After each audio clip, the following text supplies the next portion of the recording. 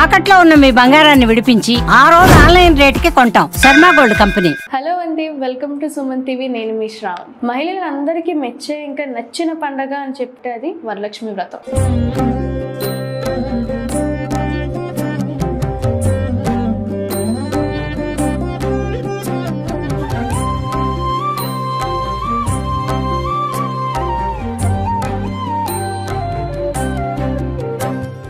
ఈ వరలక్ష్మి వ్రతం వచ్చిందంటే మహిళలందరూ శ్రావణ లక్ష్మిలాగా తయారయ్యి అలంకరించుకొని ఇంకా అమ్మవారిని అలంకరించడంలో వచ్చే సరదా ఇంకా ఎందులోని రాదని మనం నమ్ముతాము. అయితే ఈ వరలక్ష్మి వ్రతం ఎలా చేసుకోవాలి, ఎప్పుడు చేసుకోవాలి, ఎలా ఆరాధించాలి, ఎలా అలంకరణ చేసుకోవాలి అంది ఈ ఎపిసోడ్లో మనం అడిగి తెలుసుకుందాం. ఇవాళ మనతో పాటు ఉన్నారు ప్రముఖ పండితులు శ్రీ అరవెల్లి సీతారామచారి గారు మనతో పాటు ఉన్నారు. సర్వమంగళ మాంగళ్యే శివే సర్వార్థ సాధికే శరణ్యే త్రయంబకే దేవి నారాయణి నమోస్తుతే. ఈ శ్రావణ మాసంలో వచ్చేటటువంటి శుక్రవారం వరలక్ష్మి వ్రతం అనేటటువంటి పూజా విధానం అతి ప్రాచీన కాలం నుంచి కూడా భారతదేశంలో మహిళామతులందరూ కూడా ఆచరిస్తున్నటువంటి ఒక ప్రత్యేకమైన ఒక విశిష్టమైనటువంటి వ్రతం ఈ వరలక్ష్మి వ్రతం. ప్రధానంగా మన ఆంధ్ర రాష్ట్రంలో ఈ వరలక్ష్మి వ్రతం అనేసరికి ముత్తైదువులందరికీ కూడా ఒక విశేషమైన ఒక విశిష్టమైనటువంటి పూజా కార్యక్రమాన్ని ఆచరిస్తున్నాం అనేటటువంటి ఒక ఆనందం ప్రతి ఒక్కరిలో ఉంటుంది. గురుగారు, ఈ వరలక్ష్మి వ్రతం అనేది ఓన్లీ మన దేశంలోనే జరుపుకుంటామా లేదంటే మొత్తం ఇంకెక్కడైనా చేసుకుంటామా? ఈ వరలక్ష్మి వ్రతం ప్రధానంగా భారతదేశంలో ఉన్నటువంటి స్త్రీలు ఇతర దేశాల్లో ఉండేటప్పుడు దీన్ని అనుసరించి ఈ తిథులను అనుసరించే ఆయా దేశాల్లో కూడా వీళ్ళు చేసుకోవడం జరుగుతుంది. ఎందువల్ల వరలక్ష్మి వ్రతం అన్న పేరులోనే ఉంది, వరములను అనుగ్రహించేటటువంటి లక్ష్మీదేవి యొక్క అనుగ్రహం కోసం చేయబడుతున్నది. వరలక్ష్మీదేవి వ్రతం అంటే కుటుంబంలో ఒక స్త్రీ తన కుటుంబం అంతా కూడా ఆర్థికంగా, ఆరోగ్యంగా, ఐశ్వర్యవంతంగా, తేజోవంతంగా ప్రకాశించాలి అనుకునేటప్పుడు లక్ష్మీదేవి యొక్క అనుగ్రహం కలగాలి. ఏ లక్ష్మి? ఐశ్వర్యలక్ష్మి, సౌభాగ్యలక్ష్మి, సంతానలక్ష్మి, ధైర్యలక్ష్మి, ఇలాగ అష్టలక్ష్ములతో ప్రధానంగా ఉండేటటువంటి ఆదిలక్ష్మి స్వరూపంగా ఉన్న వరలక్ష్మీదేవిని ఆరాధించడం ఒక్క భారతదేశంలోనే కాకుండా ఈరోజు ప్రపంచ దేశాలలో ఉండేటటువంటి అన్ని సాంప్రదాయాల వాళ్ళు కూడా ఈ శ్రావణ మాసంలో ఈ వరలక్ష్మి వ్రతం చేస్తారమ్మా. ఇది చాలా గొప్ప వ్రతం. అతి సులభంగా, అతి సూక్ష్మంగా ప్రతి ఒక్కరూ ఆచరించి ఆనందించగలిగేటటువంటి వ్రతం ఉన్నది అంటే అది వరలక్ష్మి వ్రతం అనే చెప్పుకోవాలి. ముఖ్యంగా ముత్తైదువులు ఈ వ్రతాన్ని ఆచరించడం అనేటటువంటిది జరుగుతూ ఉంటుంది. గురుగారు, ఈ వ్రతాన్ని ఎలా చేసుకోవాలి, ఎప్పుడు చేసుకోవాలి? ఈ వరలక్ష్మి వ్రతం శ్రావణ మాసంలో ప్రధానంగా పౌర్ణమికి ముందుగా వచ్చేటటువంటి శుక్రవారం నాడు చేయాలి. ఈ పౌర్ణమికి ముందుగా వచ్చే శుక్రవారము అనేసరికి ఈ సంవత్సరం ఈ విశ్వావసునామ సంవత్సరం 2025లో శ్రావణ మాసం శుక్రవారంతో ప్రారంభమైంది. శ్రావణ శుద్ధ పాడ్యమి శుక్రవారం. ఆ కారణం చేత ఈ సంవత్సరం పౌర్ణమికి ముందుగా వచ్చేటటువంటి శుక్రవారం 3వ శుక్రవారం అయింది. ప్రతి సంవత్సరం కూడా 2వ శుక్రవారమే వరలక్ష్మి వ్రతం అవుతూ ఉంటుంది. కానీ ఈ సంవత్సరం శ్రావణ మాసం శుక్రవారంతో ప్రారంభం అవడం వల్ల 3వ శుక్రవారం నాడు ఈ వ్రతం చేయడం అనేది జరుగుతుంది. ఇంట్లో ఉండేటటువంటి పసుపు కుంకుమలతో చక్కగా గుమ్మాలన్నీ తీర్చిదిద్దాలి, మామిడి కొమ్మలన్నీ తోరణాలు కట్టాలి. ఇంట్లో ఒక పండుగ చేసుకుంటుంటే ఏ విధంగా ఉంటుందో ఇది వ్రతంగా అనుకోకుండా, ఇది పూజగా అనుకోకుండా ఒక ఉత్సవం మన ఇంట్లో జరుగుతున్నది. ఈ ఉత్సవంలో పెద్దలు పిన్నలు అందరూ కూడా భాగస్వాములే. అందరినీ కూర్చోబెట్టి ఒక వినాయక చవితి, దసరా, సరస్వతి పూజ ఏ విధంగా చేసుకుంటామో ఐశ్వర్యం ప్రధానం కావాలి. ఎందువల్ల ధనమూలమిదం జగత్తు, ఇవాళ ధనంతోటే ప్రపంచం అంతా నడుస్తూ ఉన్నది. ఆ కారణం చేత ఐశ్వర్య స్వరూపిణి అయినటువంటి వరలక్ష్మీదేవి యొక్క అనుగ్రహం కోసం చేస్తున్నాం గనక అందరూ కూడా ఉదయాన్నే లేచి చక్కగా స్నానం చేసుకొని మేము ఈ పూజా కార్యక్రమంలో పాల్గొంటున్నాం కనుక పవిత్రంగా ఉండాలనే భావనతో చక్కనైనటువంటి వస్త్రాలు ధరించి ప్రతి ఒక్కరూ ఉత్సాహంగా ఈ పూజా కార్యక్రమంలో పాల్గొనడం చాలా విశేషం. ఇవాళ అన్ని రకాలైనటువంటి సదుపాయాలు ఉన్నటువంటి ఈ ప్రపంచంలో ఈ వ్రతం చేయాలనే ఉత్సాహం ప్రతి ఒక్కరిలో ఉన్నది.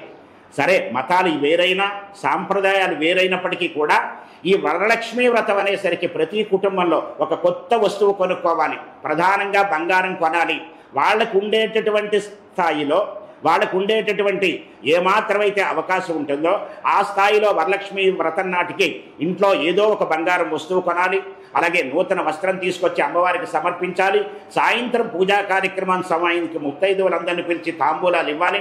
ఆ సమయంలో ఈ తెచ్చినటువంటి వస్త్రాలైతేనే, ఈ కొనుక్కున్నటువంటి ఈ బంగారు ఆభరణాలైనా సరే, సువర్ణ ఆభరణాలు అమ్మవారికి చాలా ప్రీతికరం కనుక వాటిని ధరించడం అనేటటువంటిది ఈ వరలక్ష్మి వ్రతంలో ప్రత్యేకంగా చెప్పుకోవడం అనేటువంటిది జరుగుతూ ఉంటుంది. గురుగారు, ఇది పౌర్ణానికి వచ్చే ముందు శుక్రవారమే చేసుకోవాలా లేదంటే నెల మొత్తంలో? ఇది సాధ్యమైనంత వరకు దీన్ని చెప్పడం ఏంటంటే పౌర్ణమికి ముందుగా వచ్చే శుక్రవారం నాడే చేయాలి. కానీ కొంతమందికి స్త్రీలకు కొన్ని అవకాశాలు ఉండవు. ఆ వ్రతం చేసే సమయానికి ఏవో ఆటంకాలు వస్తుంటాయి. ఆ కారణం చేత ఒకవేళ పౌర్ణమికి ముందుగా వచ్చేటటువంటి శుక్రవారం నాడు చేయలేకపోయినా ఆ పౌర్ణమి తర్వాత వచ్చేటటువంటి శుక్రవారం నాడు కూడా ఈ వ్రతం చేయొచ్చు. అంటే ఒక నియమం పెట్టాలి కనుక పౌర్ణమికి ముందుగా వచ్చేటటువంటి శుక్రవారం వరలక్ష్మి వ్రతము. అయితే ఆ రోజుకు ఉండేటటువంటి పరిస్థితుల్లో వాళ్ళకి అవకాశం లేక, వ్రతం చేయలేక, వ్రతాన్ని విడిచిపెట్టుకోలేక, అయ్యో ఈ సంవత్సరం వ్రతం చేయలేకపోయామే, వరలక్ష్మి అమ్మవారి యొక్క అనుగ్రహాన్ని మనం దూరం అయిపోయామే అనేటటువంటి బాధ లేకుండా ఆ తర్వాత వచ్చేటటువంటి శుక్రవారం నాడు కూడా వరలక్ష్మి వ్రతం చేయొచ్చు. ఈ ఒక్క వ్రతమే కాదు, మనం చేసేటటువంటి వినాయక చవితి కానీ, సరస్వతీదేవి పూజా కార్యక్రమం కానీ, అలాగే శ్రీరామ నవమి కానీ, అలాగే కృష్ణాష్టమి కానీ, ఏ ఉత్సవం చేసినా మన భారతదేశంలో ఏదైనా సరే సర్వే జనాః సుఖినో భవంతు, నేను బాగుండాలి అనేది కాదు, ప్రపంచమంతా బాగుండాలి అనేదే మన దేవతలు ఇచ్చేటటువంటి, మన సాంప్రదాయం ఇచ్చేటటువంటి, మన వేదం మనకు అందించినటువంటి ఒక గొప్ప నిదర్శనమైనటువంటి తార్కాణం. అందుకే ఈ ముఖ్యంగా ఈ వరలక్ష్మి వ్రతం మగవాడు చేసేటటువంటిది కాదు, ఇంటికి ఆధారం స్త్రీ. ఆ మహిళామ తల్లి ఇంట్లో ఎప్పుడైతే ఈ వరలక్ష్మి వ్రతం శ్రద్ధగా, భక్తితో, విశ్వాసంతో, ప్రేమతో, నమ్మకంతో చేస్తుందో ఆ కుటుంబం అంతా బాగుంటుంది. ఎప్పుడైతే కుటుంబం బాగుందో సమాజం కూడా తప్పకుండా బాగుంటుంది. తనకి ఏ విధమైనటువంటి లోటు లేకుండా ఆ మహాలక్ష్మి అనుగ్రహం తప్పకుండా కలుగుతుంది. ఆ కలిగినటువంటి ఐశ్వర్యంతో కుటుంబాలన్నీ దినదినాభివృద్ధి చెందుతాయి. ఇందులో ఏమాత్రం కూడా సందేహం లేదు. ఈ వరలక్ష్మి వ్రతం ఫలితం అమోఘమైనటువంటి ఫలితం. ప్రతి ఒక్కరూ ఆచరించండి. ఈ అవకాశాన్ని ఏ ఒక్కరూ జారవిడుచుకోవద్దు. ఎందువల్ల ఆ తల్లి యొక్క అనుగ్రహం కోసం ఒకనాడు శంకరాచార్యులు గారు తన శిష్యులతో కలిసి భిక్షాటనాన్ని చేస్తున్నారు. ఆ భిక్షాటనం చేస్తున్న సమయంలో ఆ రోజు అలా వెడుతూ ఉండగా ఒక ఇంటి ముందు ఆగి భవతి భిక్షాందేహి అన్నారు. అనగానే ఆ ఇంట్లోంచి ఒక ఆమె వచ్చి చాలా పేదరికంతో ఉన్నది. ఎంత పేదరికం అంటే కట్టుకోవడానికి సరి అయినటువంటి వస్త్రాలు లేక చినిగిపోయిన వస్త్రంతో ఆనాడు శంకరాచార్య గారికి కనిపించడానికి తన మొహమాట పడి బయటికి రాలేక వచ్చి ఆచార్యుడైనటువంటి శంకరాచార్య గారి యొక్క ఆ పాత్రలో, భిక్షా పాత్రలో ఒక ఉసిరికాయ వేసింది ఆ మహాతల్లి. ఉసిరికాయ వేస్తే మహానుభావుడు ఆయన మహాజ్ఞాని ఆదిశంకరుడు గ్రహించడు, ఓహో ఈవిడి దగ్గర మనకి భిక్ష వేయడానికి అవకాశం లేక ఇవాళ ఈ ఉసిరికాయ వేసింది, ఇదే మహాభాగ్యం అని భావించి ఒక్కసారి ఆనాడు ఆయన మహాలక్ష్మీదేవిని ప్రార్థన చేశాడు. అదే ఈనాడు మనం ఎందరమూ ప్రార్థన చేస్తున్నటువంటి ఆ అద్భుతమైనటువంటి కనకధారా స్తోత్రం. ఆ కనకధారా స్తోత్రంలో వందే వందారు మందార మిందిరానంద కందనం అమందానంద సందోహ బంధురం సింధురాననం అంగం హరేహ పులకభూషణమాశ్రయంతి భృంగాంగనేవ ముకుళాభరణం తమాలం అంగీకృతాఖిల విభూతి రపాంగలీల మాంగళ్యదాస్తు మమ మంగళదేవతాయా అని ఆదిశంకరాచార్యులు గారు మహాలక్ష్మీదేవిని ప్రార్థన చేస్తే బంగారుపు ఉసిరికాయలు వర్షంగా పడ్డాది. ఇది కేరళలో జరిగినటువంటి ఒక ప్రత్యక్షమైన నిదర్శనం. అంటే ఆ కన్న తల్లి ఎవరు? మహాలక్ష్మీదేవి. అంత సులభంగా ప్రతి ఒక్కరికి అనుగ్రహించగలిగేటటువంటి తల్లి గనక తప్పకుండా ఈ శ్రావణ మాసంలో ఈ సంవత్సరం ఈ శుక్రవారం వరలక్ష్మి వ్రతాన్ని మీరందరూ ఆచరించండి. ఏ ఒక్కరూ మానేవద్దు.